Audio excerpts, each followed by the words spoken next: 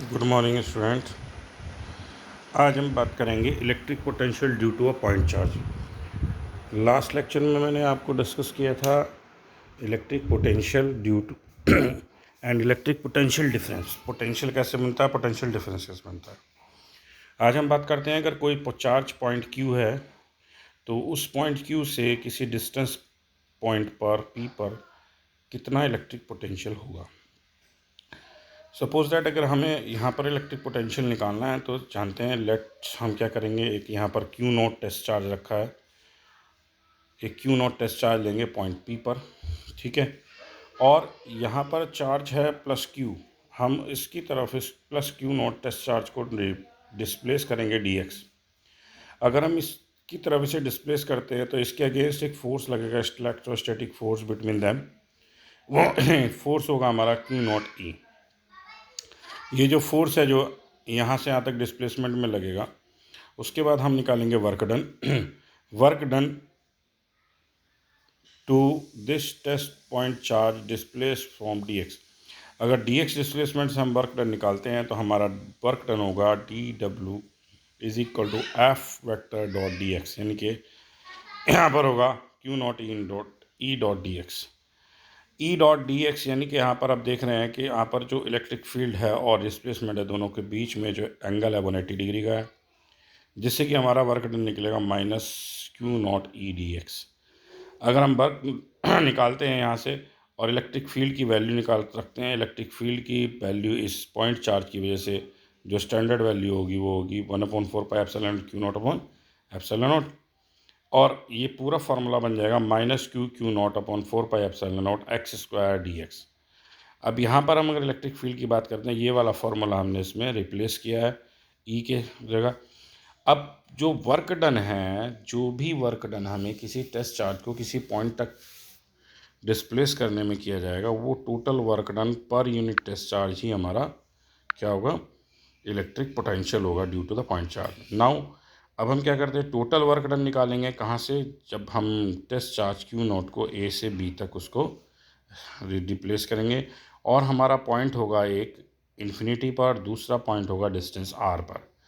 तो infinity to are अगर हम इसको इंटीग्रेट करते हैं तो टोटल वर्क डन निकल जाएगा पॉइंट पी पर, जो कि वैल्यू निकलेगी 1/x² करके, और उस वैल्यू को हम डब्लू ए बी जो आएगा, डब्लू इन्फिनिटी वर्क जो आएगा, उसको टेस्ट चार्ज से डिवाइड करेंगे, तो हमारा पोटेंशियल का फाइनल फार्मूला होगा V is equal to 1/4 pi Q upon R. अब ये फेस फार्मूला होगा किसके लिए, ये जो प्लस क्यू चार्ज है, इससे इस पॉइंट P पर जो पोटेंशियल निकलेगा उसकी वैल्यू होगी ये। निकालने का तरीका, हम टेस्ट चार्ज रखेंगे, यहाँ से क्यू पी से क्यू तक डिस्प्लेस करेंगे, जो कि डिस्प्लेसमेंट डी एक्स होगा। इलेक्ट्रिक फील्ड हमारा ई है, हम यहाँ पर क्या करेंगे, एफ इंटू डी एक्स रखेंगे। एफ़ की वैल्यू हमारी होती है Q naught E, test charge के अकॉर्डिंग इलेक्ट्रोस्टैटिक फोर्स लगेगा, इलेक्ट्रिक फील्ड में किसी टेस्ट चार्ज पर फोर्स लगेगा, उस फोर्स की वैल्यू रखेंगे। फिर वर्क डन के अकॉर्डिंग यहाँ पर ई और डी एक्स के बीच में 180 डिग्री का एंगल है, माइनस रखेंगे इसको। फाइनली हमारे पास एक फार्मूला आएगा Q not upon epsilon not. कब आएगा, जब हम ई की वैल्यू ये रिप्लेस करेंगे। इस तरीके से हमारा potential due to a point charge आएगा Q/4 pi epsilon not are. दूसरा हम बात करते हैं नेक्स्ट, अगर हमारे पास चार्ज पॉइंट एक से ज़्यादा हैं, जैसे मान लीजिए Q1 भी है, Q2 भी है, Q3 है, और वो अलग अलग डिस्टेंसेस पे हैं, तो हमारा किसी एक पर्टिकुलर पॉइंट C पर अगर हम क्या कर रहे हैं, पोटेंशियल कंसीडर कर रहे हैं किसका, इन सभी चार्जेस का, तो हम क्या करेंगे, हर एक चार्ज का P पर पोटेंशियल निकालेंगे और सबको ऐड कर देंगे। जो भी सम होगा हमारा, वो सम ही हमारा टोटल पोटेंशियल होगा, यानी कि total potential equal to V1 plus V2 plus V3 and V1। अगर हम इसकी वैल्यू रखते हैं बेस फॉर्मूले से 1/4 pi epsilon naught I equals to 1 to n summation of n QI upon RI। The QI RI क्या है, वेरिएबल होगा यहाँ पर, और I is equal to 1 to लेके n तक, यानी कि 1 से लेके n तक जितने भी चार्जेस होंगे उनका सभी का सम करेंगे उनकी पोजीशन के अकॉर्डिंग। और हमारा जो पोजीशन वेक्टर आएगा, अगर हम पोजीशन वेक्टर निकालने हैं तो resultant value distance R minus RI vector of mod, ये टर्म आपको देगा पोजीशन वेक्टर किसकी, इन सभी ये सभी जो पॉइंट चार्जेस हैं इनसे किसी एक पॉइंट पर पोटेंशियल निकालने के लिए। यहाँ पर 4 हमारे मेन पॉइंट हैं। Electric potential at a point due to a charge is not affected by the presence of other charges.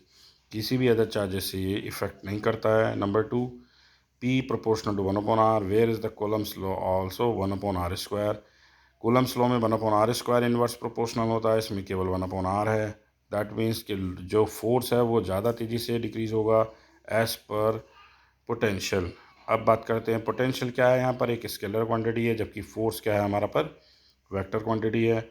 although the v is called the potential at a point but actually the equal to the potential difference between the 2 points। Actual में हम क्या करते हैं, ये करते तो consider इसको potential है, लेकिन ये पोटेंशियल डिफरेंस ही होता है। लेकिन जब हम खाली एक पोटेंशियल की बात करते हैं तो उसमें एक पॉइंट कहाँ होता है, इन्फिनिटी पर, दूसरा पॉइंट क्या होता है, किसी इलेक्ट्रिक फील्ड के किसी पॉइंट के अंदर। नेक्स्ट बात अगर हम करते हैं यहाँ पर electric potential due to electric dipole. अब इलेक्ट्रिक डाइपोल जैसे बिल्कुल इलेक्ट्रिक डाइपोल में हमने एक्सियल या नॉन एक्सियल कंडीशन में हमने इलेक्ट्रिक फील्ड निकाला था, सेम एज यहाँ पर है। ये आपका डाइपोल है, -q + q, यहाँ से किसी पॉइंट P पर हमें कंसीडर करना है पोटेंशियल को। सीधा सिंपल बात है, डाइपोल मोमेंट हमारा हो गया P जो कि इलेक्ट्रिक फील्ड के अपोजिट डायरेक्शन में है। यहाँ सेंटर से डिस्टेंस हो गया x।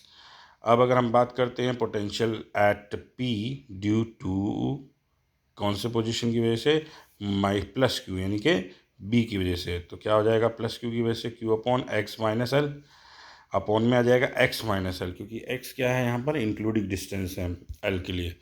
दूसरा आएगा -q के लिए, -q के लिए x + l हो जाएगा। यहाँ पर जो है l जो है लेफ़्ट है, इतना डिस्टेंस इसमें ऐड करना पड़ेगा। तो हमारे पास दोनों को, जैसे कि मैंने पहले बताया था, अगर दो चार्जेस हैं तो दोनों चार्जेस के पोटेंशियल अलग अलग पॉइंट पर निकालेंगे और दोनों को सम कर देंगे। जब इनको सम करेंगे तो फाइनल फार्मूला हमारे पास आएगा 1/4πε0 P/x² - l²। ठीक है, ये हो जाएगा हमारा एक्सियल कंडीशन में इलेक्ट्रिक फील्ड। अगर आप यहाँ पर किसी डिस्टेंस, जो हमारी डिस्टेंस है l, अगर इसको नेगेजिबल करते हैं तो ये P/x² यहाँ पर रह जाएगा। नेक्स्ट आता है हमारा electric potential due to dipole at non axial point. अगर नॉन एक्सियल पॉइंट की कंसिडर करते हैं तो नॉन एक्सियल पॉइंट में सेंटर से ये Q पॉइंट होगा हमारा, नॉन एक्सियल पॉइंट हो गया। इस Q से डिस्टेंस ये हो गया, इसमें +q से डिस्टेंस ये हो गया।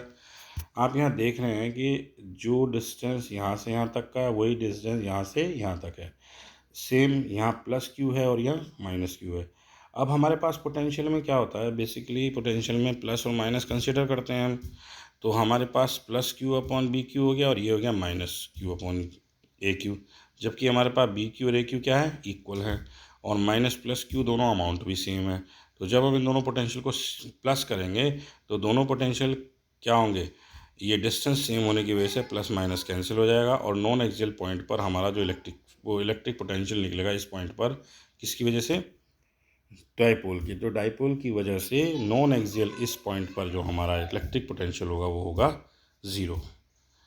ठीक है, थैंक यू। और कोई क्वेश्चन होगा तो आप मुझसे पूछ सकते हैं।